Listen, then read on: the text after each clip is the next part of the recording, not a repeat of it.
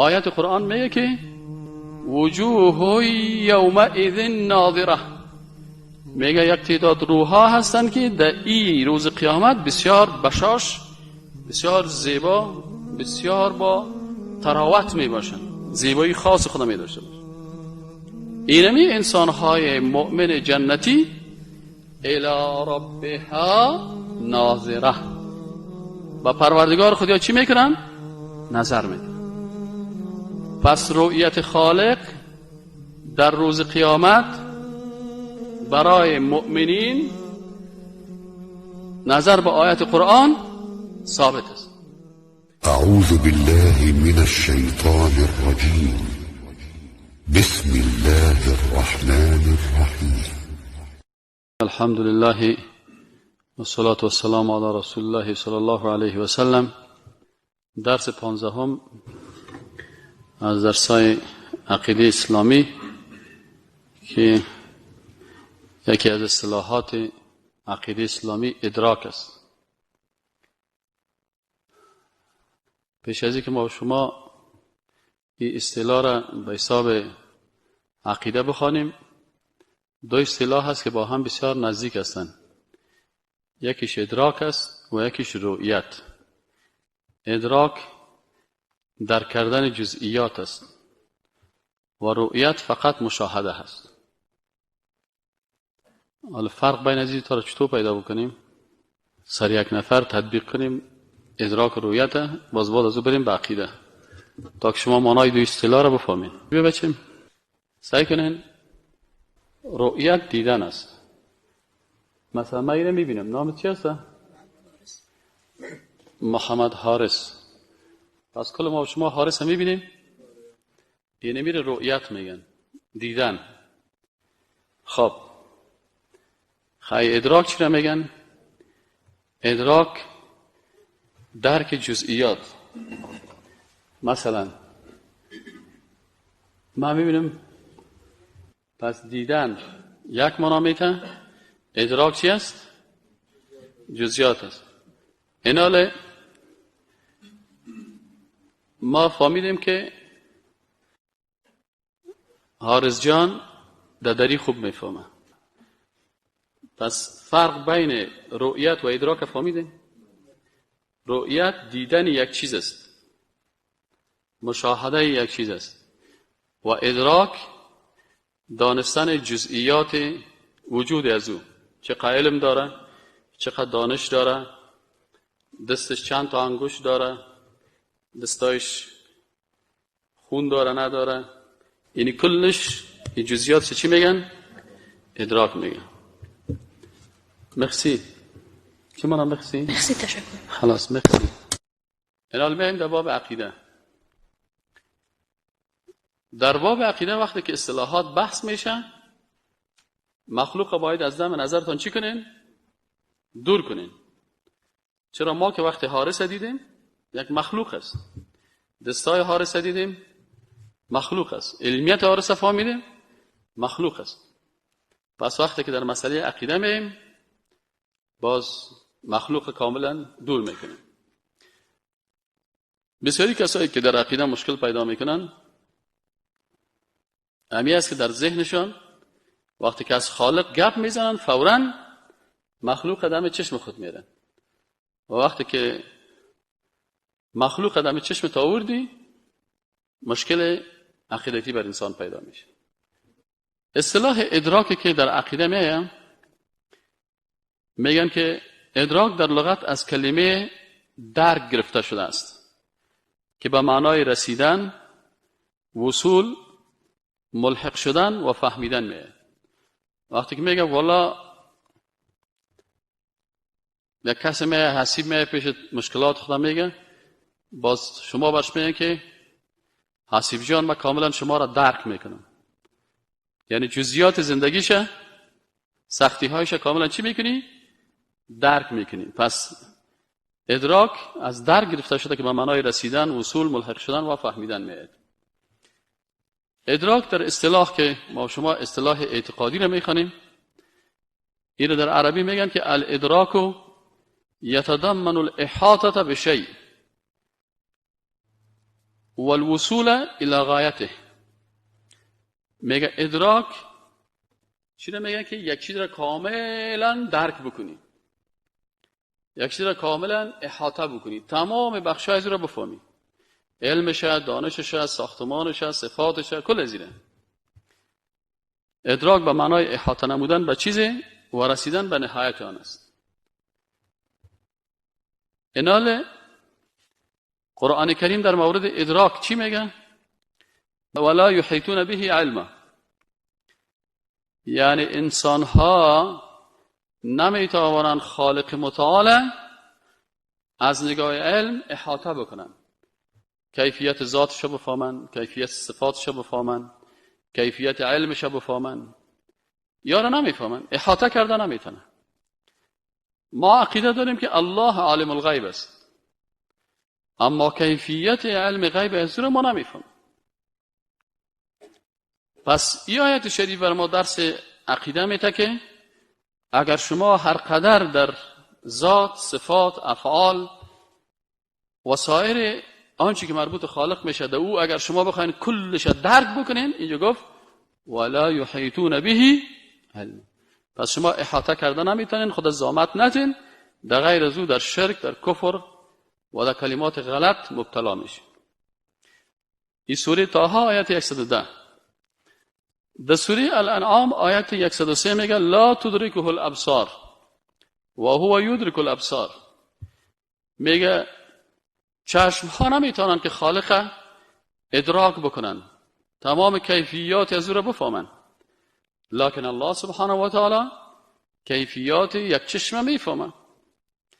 چشم شما باید در کجا باشه، چشم شما چه قسم آب شور تولید میکنه، چشم شما چقدر مسافه را میبینن.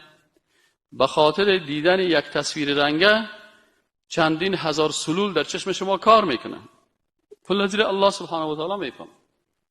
اما ما خالق درک کردن نمیتونیم و هو اللطیف الخبیر، الله سبحانه و تعالی لطیف و خبیر است.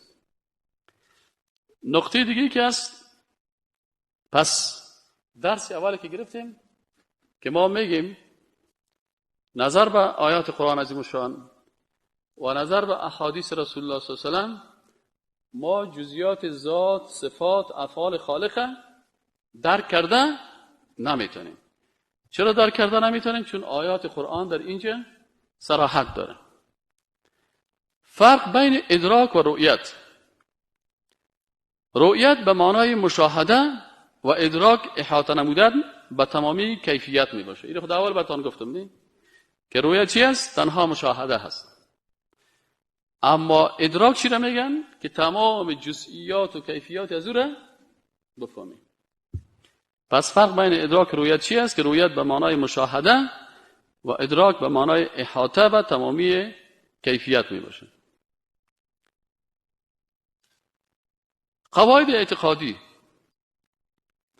عالمان مسلمان هایی که به قرآن کریم و سنت رسول الله صلی الله علیه و سلم، سنت صحیحه ایمان داریم و نمیخواهیم که در ذات خالق بیادبی بکنیم، بلکه به مو اندازه که قرآن عظیم الشان و معلم ما رسول اکرم صلی الله علیه و سلم بر ما یاد دادن به شکل توقیفی. چی میگیم؟ ادراک خالق متعال برای انسانها مطلقاً در دنیا و آخرت ممکن نیست. این عقیده اسلامی است که ما خالق متعال علمش، ذاتش، صفاتش، افعالش با تمام کیفیت و جزئیاتش نه در دنیا درک کرده میتونیم و نه در آخرت. هر کس پرسان ما کرد که شما درباره خالق چیز درک کرده میتونید؟ ما میگیم نه خیر، فقط آنچه که در قرآن و سنت آمده با اونمو توقف میکنیم، اضافه از خود چیز را زیاد نمیکنیم. دیگه دومی قاعده اعتقادی چی است؟ که رؤیت یا مشاهده یا دیدن خالق در دنیا ممکن نیست برای هیچ کس. برای هیچ کسی ممکن نیست. چرا؟ آیت صریح قرآن است که الله سبحانه و تعالی برای موسی علیه السلام گفت که لن ترانی، تو ولو که پیغمبر اولوالعزم هستی، ولو که بالای تو کتاب آسمانی نازل شده، تو مرا دیده نمیتونی. اکثرا همی فالبینا و تاویزگرا و جادوگرا را که شما ببینین، عیسی باز میگه که والا یک کسی آمد در ما گفت بخی. یک کسی آمد مرا گفت بخی. به نظر از این که دیگه من خدا را دیدم. اگر این علمیت می داشت برش می گفت که لن ترانی. الله وقتی که بر موسی علیه السلام گفت که مرا دیدن نمیتونی، پس من رتبه‌ام از موسی علیه السلام که بسیار پایین است، من هرگز الله را دیدن نمیتونم. ولکن انظر الی الجبل، بر موسی علیه السلام گفت خیسه کو به طرف کو، فان استقر مکانه فسوف ترانی. اگر امی کو توان داشت که مرا ببینه، باز تو میتونی مرا ببینی. وقتی که موسی علیه السلام به طرف کو سل کرد که الله سبحانه و تعالی یک نور را به طرف کو، وقتی که کو چه شد؟ کو تکت تکت شد. از این خاطر این قاعده اعتقادی است که ما الله سبحانه و تعالی را در دنیا و آخرت درک کردن نمیتونیم و در دنیا دیده نمیتونیم. در دنیا دیده نمیتونیم. همیشه که ما بر شما میگم که مردم بیاین درس عقیده، بیاین گپای عقیده رو یاد بگیرین. به هر صورت احاطه به کیفیت ذات، صفات، افعال و سایر اموری که مربوط خالق میشه در دنیا و در آخرت برای انسان ممکن نیست. اما دوم قاعده چی بود؟ که دیدن خالق در دنیا هم ممکن نیست. چرا این گپ میزنی؟ آیت قرآن است، لن ترانی. سیست؟ و قاعده سومی چی است؟ که رؤیت یا مشاهده خالق برای انسان‌های مومن در آخرت ثابت است. پس دیدن خالق، مشاهده خالق در روز قیامت بر مؤمنان چی است؟ ثابت است. آیت قرآن میگه که وجوه یومئذ ناظره، میگه یک تعداد روح‌ها هستند که در این روز قیامت بسیار بشاش، بسیار زیبا، بسیار با تراوت می باشند، زیبایی خاص خدا می داشته باشند.